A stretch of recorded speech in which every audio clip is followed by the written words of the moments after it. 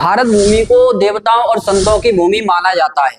इस भूमि पर अक्सर विदेशी शक्तियों द्वारा आक्रमण किया गया, जिन्होंने यहाँ के धर्म को समाप्त करने का प्रयास किया। लेकिन हर बार ईश्वर ने ब्रह्म ज्ञान का प्रकाश समाज तक पहुंचाने के लिए संत महापुरुष नामक दिव्य माध्यम को इस धरती पर भेजा।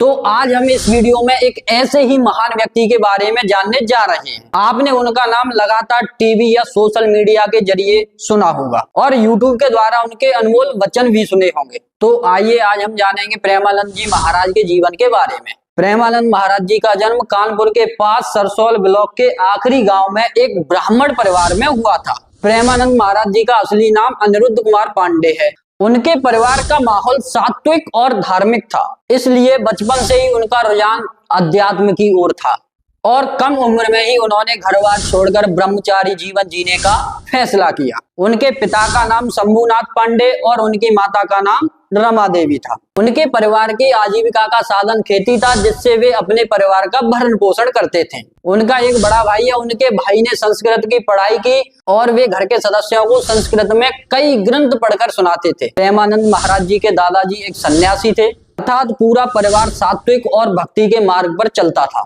प्रेमानंद जी महाराज का लगाव बचपन से ही अध्यात्म की ओर था। जिस उम्र में बच्चे खेलने में लगे रहते हैं, उस उम्र में प्रेमानंद जी महाराज भगवान की भक्ति में लीन हुए थे। क्योंकि घर का वातावरण ही आध्यात्मिक था, इसलिए कम उम्र में ही ईश्वर के प्रति भक्ति की भावना विकसित हो गई। प्रेमानंद जी महाराज बचपन में ही हनुमान चालीसा का पाठ किया करते थे और उनके बड़े भाई प्रतिदिन घर में श्रीमद् भागवत का पाठ किया करते थे। इन सब का प्रभाव उनके बाल मन पर पड़ने लगा। कहते हैं कि बचपन का मन उपजाऊ मिट्टी की तरह होता है, जिस पर जो बोया जाता है वही उगता है। ऐसा ही कुछ महाराज जी के साथ भी हुआ। स्कूल में रहते हुए भी उनमें अध्यात्म के प्रति एक लगाव विकसित हो गया और उनका मन इस मोह माया की दुनिया से उठ गया और वह बालक अध्यात्म से इतना प्रभावित हुआ कि मात्र 13 वर्ष की उम्र में उसने घर गृहस्थी छोड़कर ब्रह्मचारी बनकर सन्यासी धर्म अपनाने का निश्चय किया। घर छोड़ने के बाद प्रेमानंद जी महाराज कुछ दिनों तक नंदेश्वर धाम में रहे। कुछ दिन वहां रहने के बाद किसी तरह उन्होंने वाराणसी में प्रवेश कर लिया। वाराणसी में अपने तपस्वी जीवन के दौरान वह दिन में 3 बार गंगा स्नान करते थे और तुलसी घाट पर स्थित पीपल के वृक्ष के नीचे बैठकर भगवान शंकर की आराधना करते थे। अगर कोई खाना देता तो खा लेते थे, नहीं तो कभी कभी भूखा ही रहना पड़ता था। तब वो गंगाजल पीकर ही सो जाते। चाहे भीषण ठंड हो या भारी बारिश हुआ, उन दिनों भी गंगा में स्नान करते थे। उनका यह स्नान करने का नियम था। उस समय जब पहनने के लिए भगवा कपड़ा नहीं होता था, तो शरीर पर एक बोरी रखकर उसे वस्त्र के रूप में धारण करते थे। घर बार छोड़कर महाराज ब्राह्मण धर्म की दीक्षा लेने के लिए इधर उधर घूम रहे थे और दीक्षा के बाद अनिरुद्ध कुमार पांडे का नाम आनंद स्वरूप ब्रह्मचारी रखा गया। महाराज श्री गौरांगी शरण उनके गुरु थे। कहा जाता है कि महाराज जी लगभग 10 वर्षों तक गुरु सेवा में रहे थे। प्रेमानंद जी महाराज प्रतिदिन की तरह तुलसी घाट पर स्थित पीपल के वृक्ष के नीचे बैठकर भगवान शंकर का ध्यान कर रहे थे। उनके मन में विचार आया कि भगवान श्री कृष्ण का वृंदावन कैसा होगा। इसके बाद उन्होंने इस विचार को नजरअंदाज कर दिया और अपने ध्यान पर ध्यान केंद्रित किया। अगले दिन एक अज्ञात महात्मा महाराज जी से मिलने के लिए आए और कहा, स्वामी जी, आचार्य राम शर्मा जी हनुमान विश्वविद्यालय काशी में एक कार्यक्रम की तैयारी कर रहे हैं। इस कार्यक्रम में उन्होंने दिन में चैतन्य लीला और रात में रास लीला कार्यक्रम का आयोजन किया है। उन्होंने आग्रह किया है कि हमें इस कार्यक्रम का आनंद लेने के लिए उस स्थान पर जाना चाहिए। लेकिन प्रेमानंद महाराज ने इस प्रस्ताव को अस्वीकार कर दिया, परंतु बार बार अनुरोध करने के बाद प्रेमानंद जी महाराज वहां आने के लिए तैयार हो गए। लगभग 1 महीने चैतन्य लीला और रास लीला का आनंद लेने के बाद समय कैसे बीत गया उन्हें पता ही नहीं चला। जैसे जैसे कार्यक्रम समाप्त हो रहा था, वह बहुत चिंतित होने लगे और वह उस व्यक्ति से मिले जिसने कार्यक्रम का आयोजन किया था और उससे पूछा कि वह इस रास लीला को हमेशा के लिए कैसे देख सकते हैं। तब उन्होंने कहा कि बाबा, अगर आप वृंदावन जाएंगे तो हर दिन रास लीला कार्यक्रम देख सकेंगे।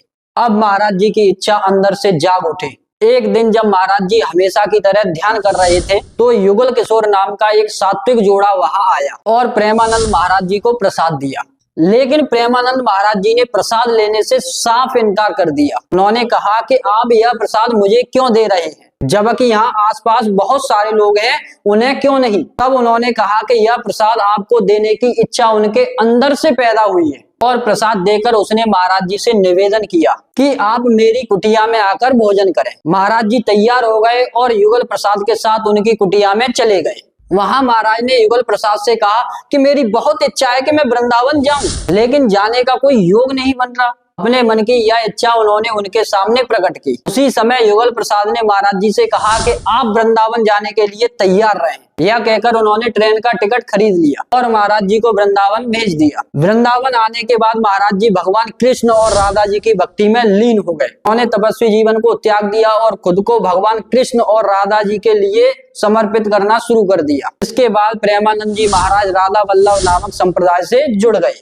और वहीं संत बनकर रहकर दुनिया को ज्ञान देने लगे। 35 साल की उम्र में महाराज जी को पेट में दर्द की समस्या होने लगी। एक बार हुआ, उस बीमारी का इलाज कराने के लिए रामकृष्ण मिशन अस्पताल में गए तो डॉक्टरों द्वारा किए गए कुछ परीक्षणों के बाद पता चला कि प्रेमानंद महाराज जी की दोनों किडनियां खराब हो गई हैं और पूरी तरह फेल हो चुकी हैं और उनकी जिंदगी के बस 4 या 5 साल ही बचे हैं। लेकिन उस भविष्यवाणी के बाद भी 17 साल बीत गए, पर आज भी महाराज जीवित हैं। उन्हें सप्ताह में 3 बार डायलिसिस उपचार कराना पड़ता है। आश्रम में उनके स्वास्थ्य से संबंधित सारी व्यवस्थाएं की गई हैं। प्रेमानंद जी महाराज का आश्रम वृंदावन में स्थित है, जहां कोई भी जाकर उनसे मिल सकता है, उनके उपदेश सुन सकता है और इस महापुरुष के दर्शन कर सकता है। प्रेमानंद जी महाराज के आश्रम का पता श्री हित राधा केल कुंज वृंदावन परिक्रमा मार्ग बराह घाट भक्ति वेदांत धर्मशाला के सामने। तो इस वीडियो में हमने प्रेमानंद जी महाराज के जन्म से लेकर अब तक की जीवन यात्रा को जाना है। अगर आपको यह वीडियो पसंद आया है तो वीडियो को लाइक करें, शेयर करें और कमेंट जरूर करें। अगर अभी तक आपने चैनल को सब्सक्राइब नहीं किया है तो चैनल को सब्सक्राइब जरूर कर लें। बोलिए सीता रामचंद्र भगवान की जय।